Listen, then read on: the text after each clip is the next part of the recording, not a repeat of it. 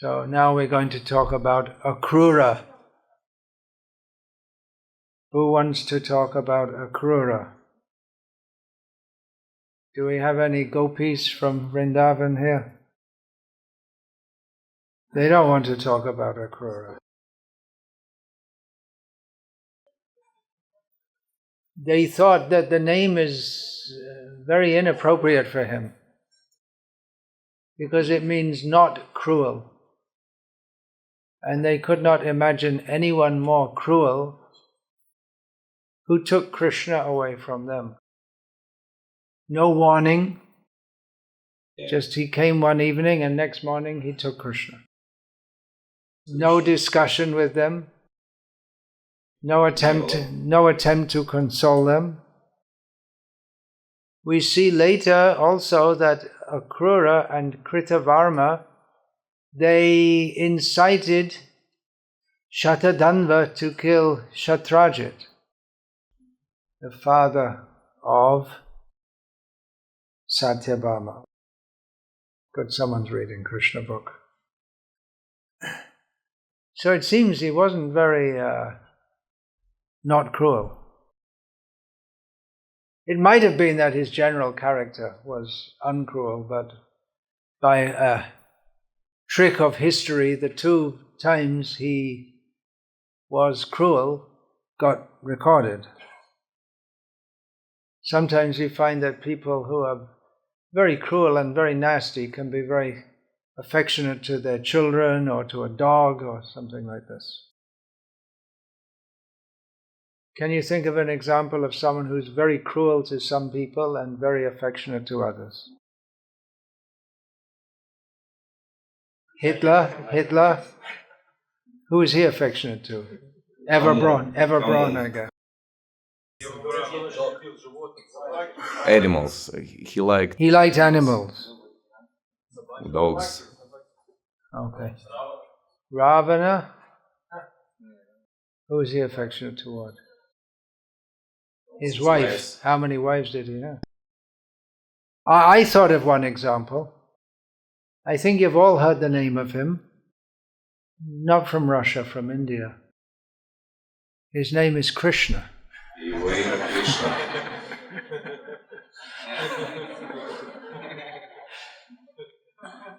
The demons think he's very cruel, and he is. He's very harsh to the non-devotees. But at heart, he's very affectionate. Even if he kills the demons, he liberates them. He's compassionate to them because by killing them, he stops them committing more and more sinful activities, by which they would have to suffer immeasurably. And when you're so sinful and so bad that Krishna himself has to come and personally kill you, then practically there's no end to your sinful reactions. So it's very kind of Krishna to kill them and liberate them, otherwise they have no hope. So even his apparent cruelty is non-cruelty. Why am I talking about Akrura here? Because name 915 of Vishnu Sahasranama is Akrura. Generally when we hear the name Akrura, we think of the devotee Akrura, who is very dear to Krishna. Krishna treated him with much respect, even after that whole Syamantaka jewel episode, that Akrura had it, but Krishna spoke to Akrura very politely. So it's Akrura, non-cruel, is the name of Vishnu, and it's also a name of the devotee who is an eternal associate of Krishna. So Akrura, non-cruel. We've all heard that God is love. Is that a New Age saying? God is love? It actually occurs in St. John's Gospel. So it's in the Bible, in the Christian Bible. Of all the Gospels, John is full of mystic statements. So John wrote, as it's translated into a translation is as follows. So we have come to know and to believe the love that God has for us. God is love, and whoever abides in love abides in God, and God abides in him. So that's very nice. A problem is that the theology is not very explicit. It's not clearly defined, as we have in Gaudiya theology, that the central object of love is Krishna. And we even find in the teachings of Jesus, when he was asked how to love God, he said, well, first you have to love your neighbor as yourself. So it's not, because in Christian teachings there's no clear distinction between the spiritual and the material. So when we talk of love, we may think of anything mundane. And in many countries, the Christianity is linked with nationalism. A common saying in America, God bless America. Here in this country also, it's considered to be a really first-class Russian. You should also follow the Orthodox Church. Is it not? Where do the Muslims of Tatarstan fit in there? Tatarstan and Chechnya and Dagestan and so many places. Where do they fit in? Until recently in Ireland it was considered to be Irish means you have to be, it's just, Irish means Catholic. But now, just in the last generation, they've wholesale rejected the Catholic Church. Anyway, the point I'm making is that people identify a religion with national identity.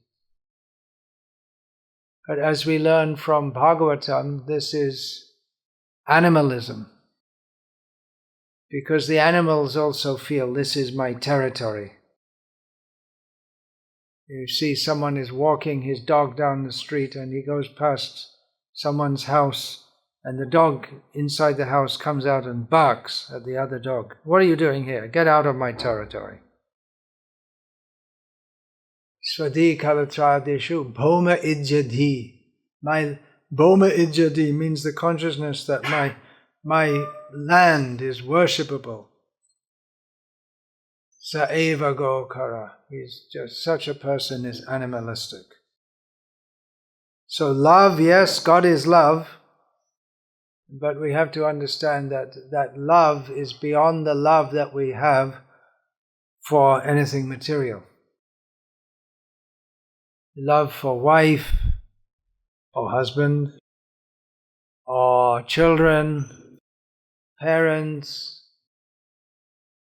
domestic animals. Previously, people used to live with dogs, cats, chickens, pigs, horses, cows, so many animals. It was a common thing. But above this is love for God. And we can properly love all living beings in relation to God. In materialistic consciousness, love of one entity means hatred of another. I'm a good American, I love God, and I hate Russia. God must hate Russia because God's an American, right? Isn't it?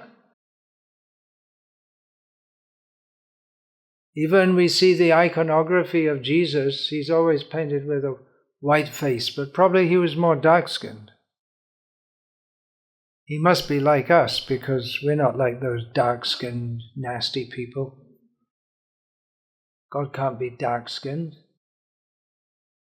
Well, He is. He is. He's Krishna. And He's not cruel. But to understand not cruel, we have to, what it really means not to be cruel, we have to come above the mundane platform of consideration. It's considered very good to be good. It's very good to love your children and feed them nice chicken soup so they can become strong and happy. There was a series of books which became quite popular maybe 20 years ago called Chicken Soup for the Soul, with all anecdotes of people who had been kind to others.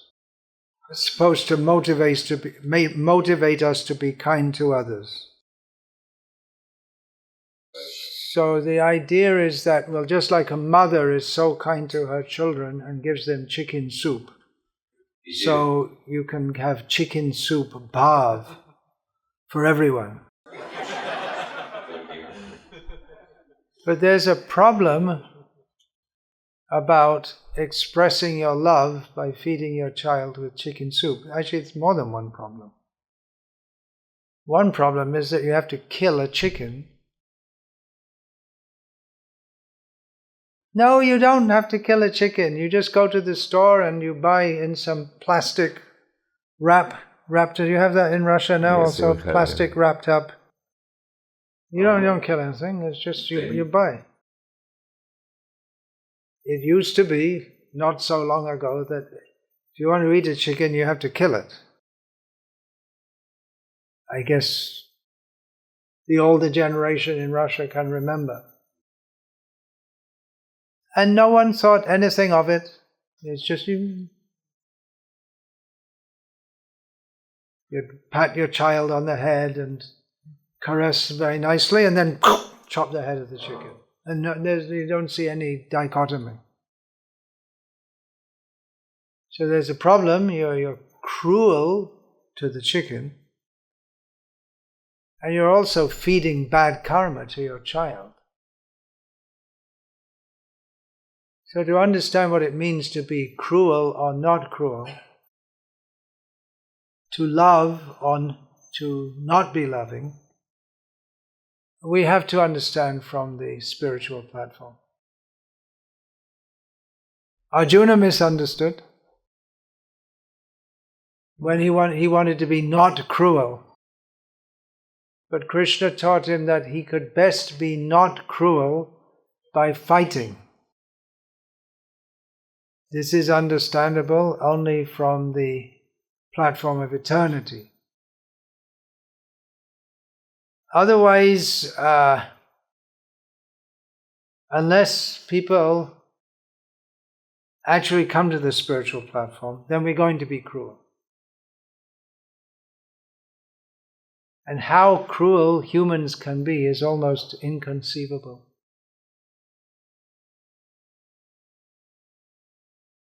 We hear stories, I don't know how much you hear in this part of the world, but up to the present day there's a fascination, at least in the England and America, with the cruelty of the Nazis.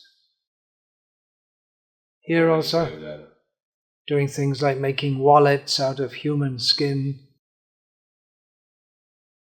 But cruelty is not restricted to Nazi Germany. It seems almost anyone who has the opportunity to do so can be cruel to others. In Nazi Germany, all the people, before the Nazis came to power, they were ordinary, nice people. But when everyone got in the mood of being nasty, they also got in the mood.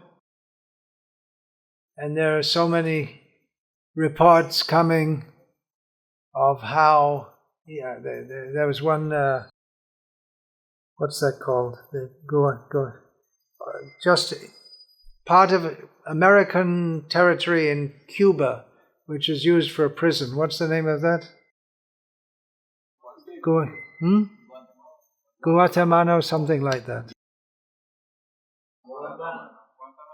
Whatever it is.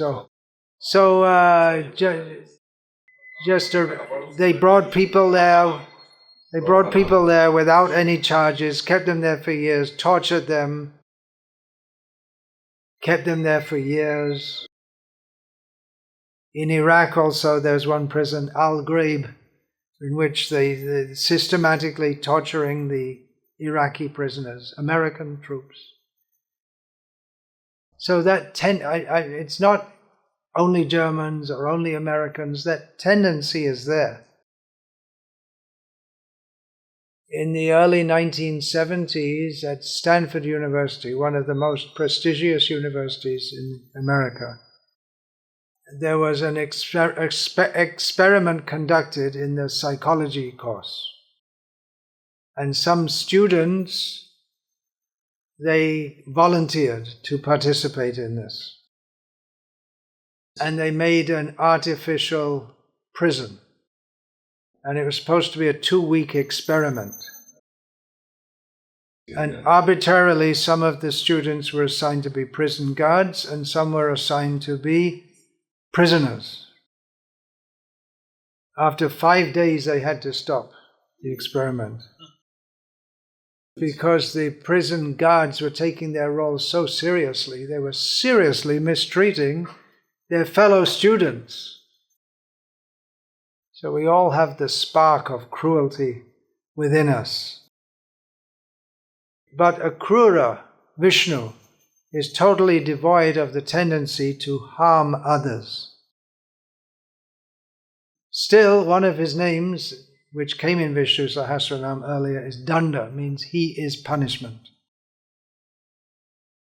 I'm going to read from a quote from Srila Prabhupada, spoken in New Vrindavan on June the 22nd, 1976.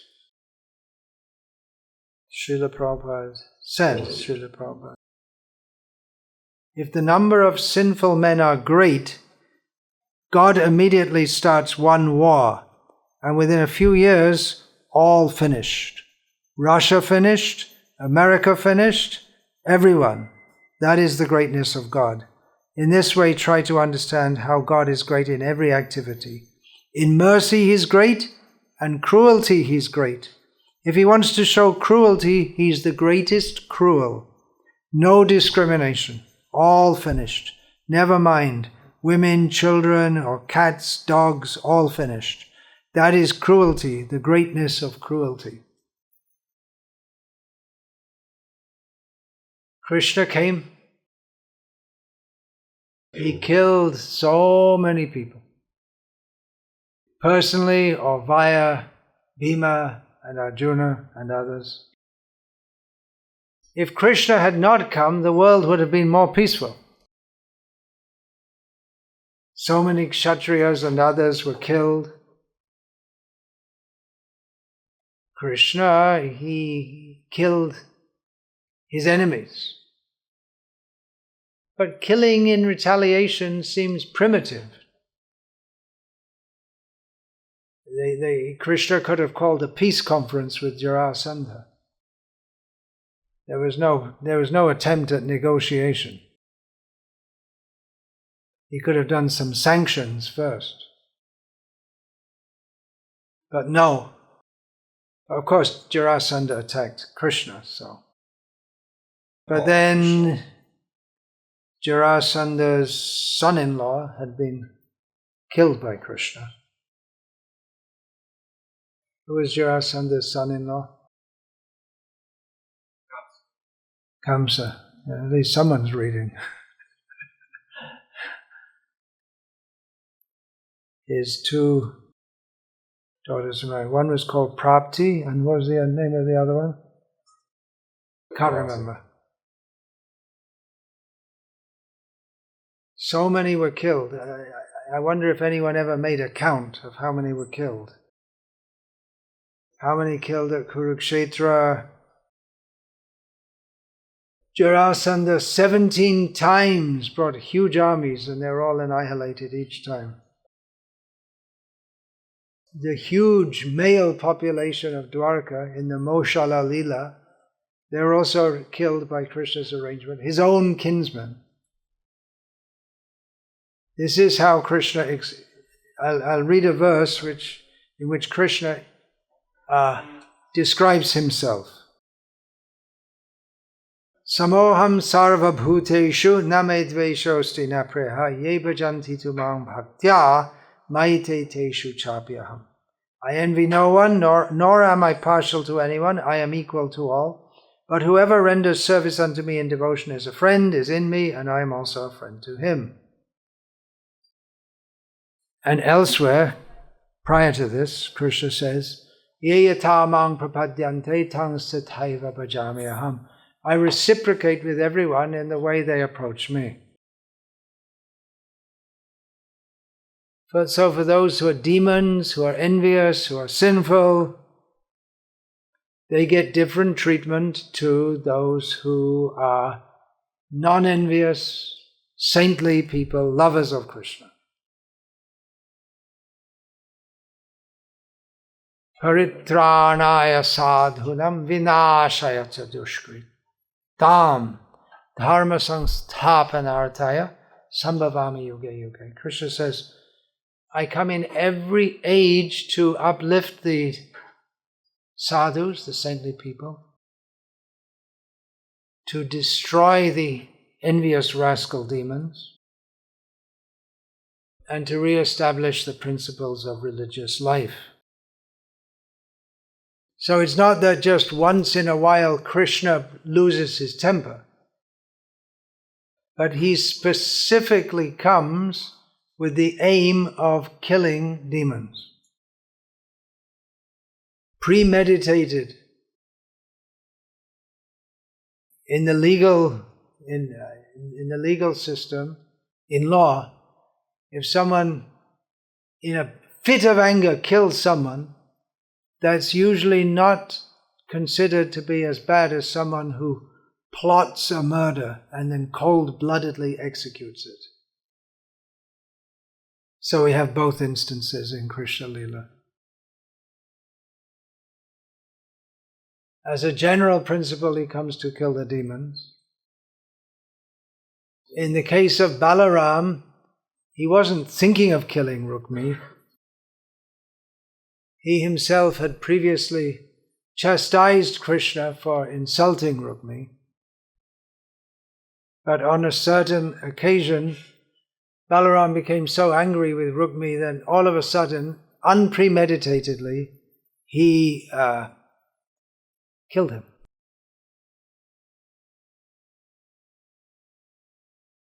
So the name I'm discussing is Akrura, but I'm also discussing many instances of him being cruel. Because, as I explained previously, even when he's cruel, he's not cruel. He's equal to all, but if someone loves him, he'll love them. And if someone hates him, he'll love them, but he loves them in a different way, which is best for that sinful person's eternal benefit. I'm going to read from the purport, Srila Prabhupada's purport to Bhagavatam, Canto 1, Chapter 16, texts 26 to 30, in which many of the qualities of Krishna are listed. According to Srila Jiva Goswami, the third quality, daya, intolerance of others' unhappiness, can be subdivided into 1, protection of the surrendered souls, and 2, good wishes for the devotees. In the Bhagavad Gita, the Lord states that He wants every soul to surrender unto Him only, And he assures everyone that if one does so, he will give protection from the reactions of all sins. Unsurrendered souls are not devotees of the Lord, and thus there is no particular protection for everyone in general. For the devotees, he has all good wishes. And for those who are actually engaged in loving transcendental service of the Lord, he gives particular attention. He gives direction to such pure devotees to help them discharge their responsibilities on the path back to Godhead.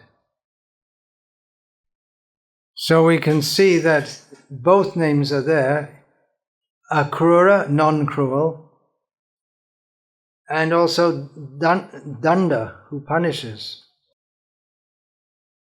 So his non-cruelty is his overt or manifest non-cruelty is particularly manifest for the devotees. And his apparent cruelty is especially manifest for the non-devotees. In this regard, I'm going to quote from a verse which was spoken by Chaitanya Mahaprabhu, composed by Sridhar Swami, the original commentator on the Bhagavatam. Ugropyanugra evayang svabhaktanam nrikeshari keshariva svapotanam anyesham ugra vikramaha. Although very ferocious, the lioness is very kind to her cubs. Similarly, although very ferocious to non-devotees like Hiranyakashipu, Lord Nrsimhadev is very, very soft and kind to devotees like Prahlad Maharaj. An example of his not cruel nature, even toward a demon, is Ram in the battle with Ravana.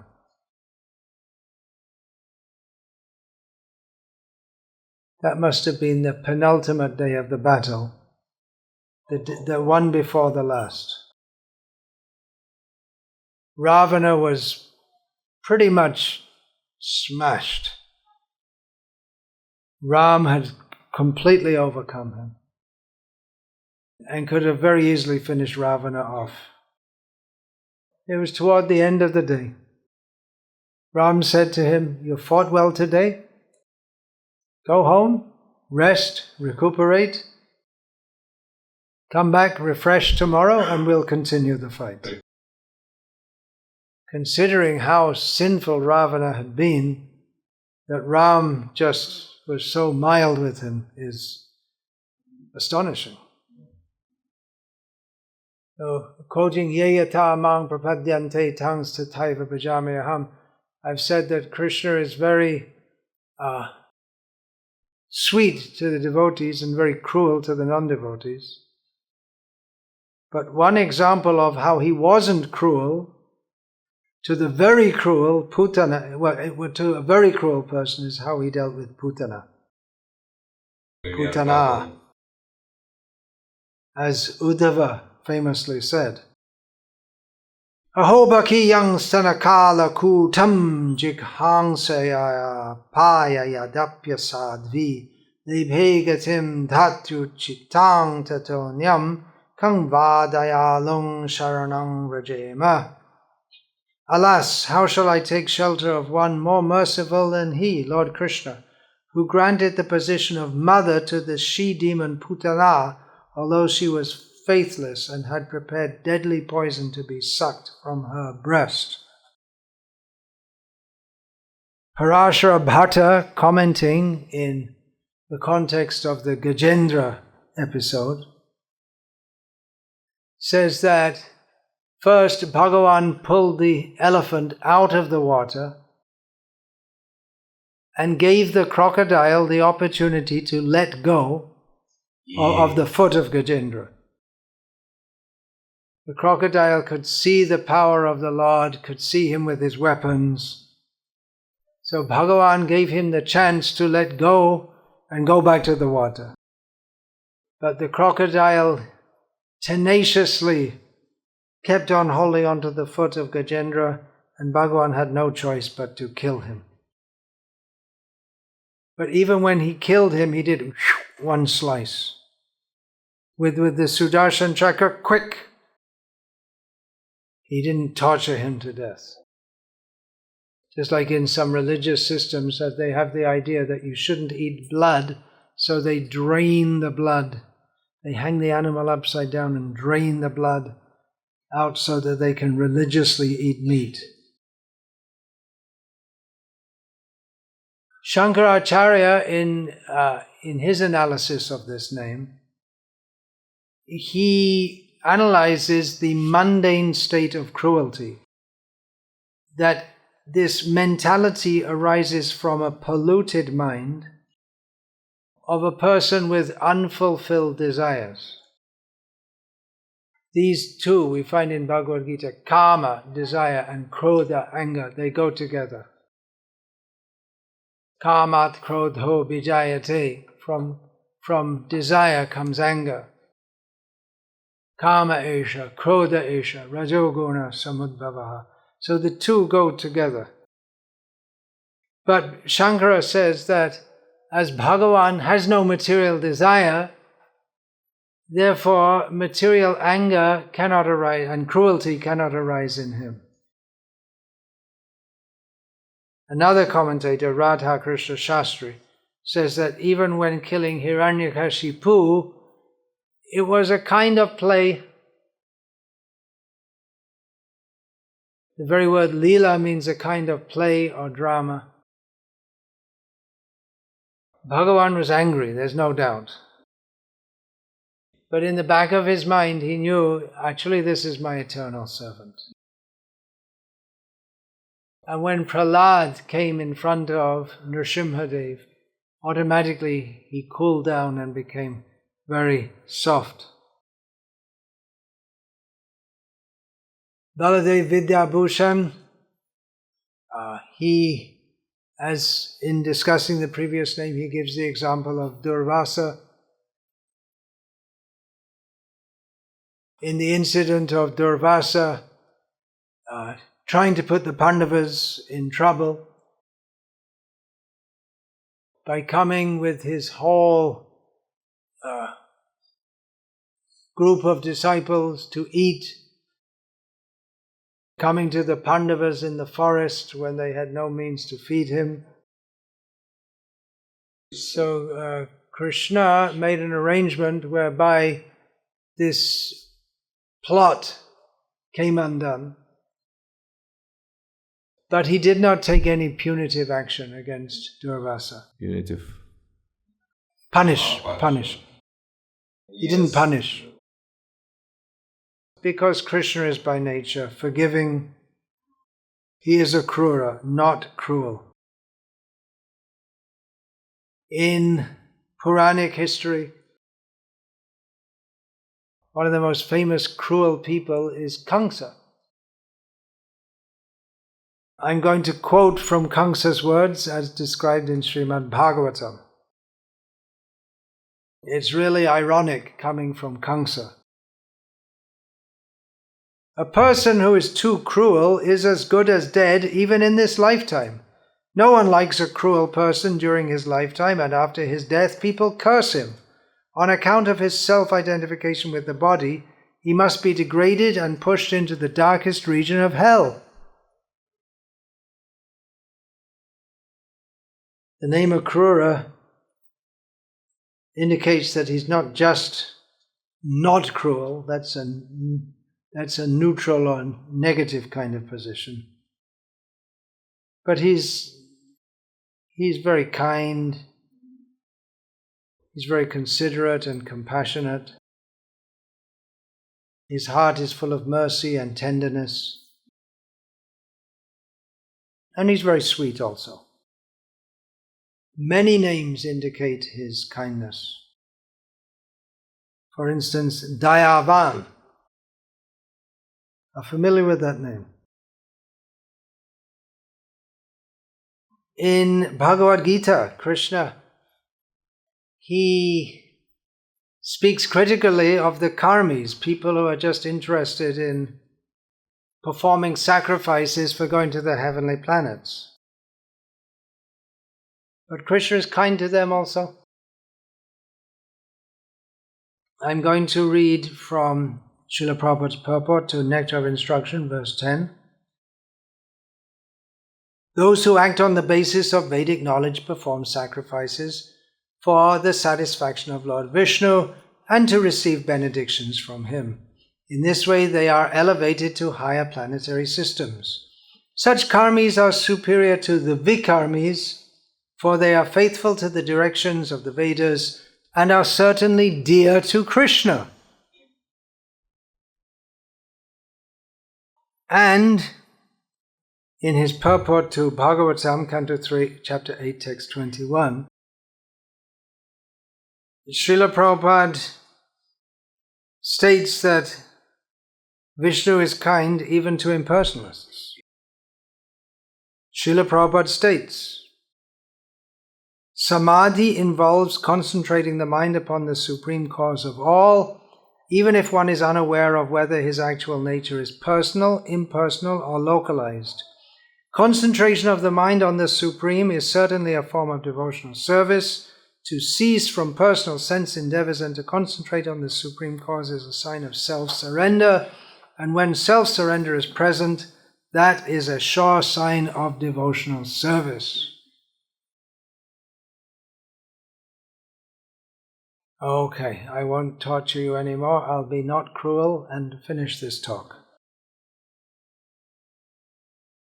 Dante nidhaya trinakang padayo nipata kridvaja kakushatameta hamravimi hey sadhava sakala eva vihaya durad goranga chandra charne kurutanaraga parivadatu jano yatha tata va nanumukharo navayang vicharayamaha hari rasa madirama dati mata bhuvi vilutama nartama nirvishama shantakaram bhujagashayanam padmanabham suresham Vishvadharam Gagana Sadrisham Meghavarnam Shubhangam Lakshmi Kantam Kamalayanam Yogi Vidyana Gamyam Vande Vishnum Bhavabhayaharam Sarvalokaikanaatham. Hare Krishna, Hare Krishna, Krishna Krishna, Hare Hare, Hare Rama, Rama Rama, Hare Hare.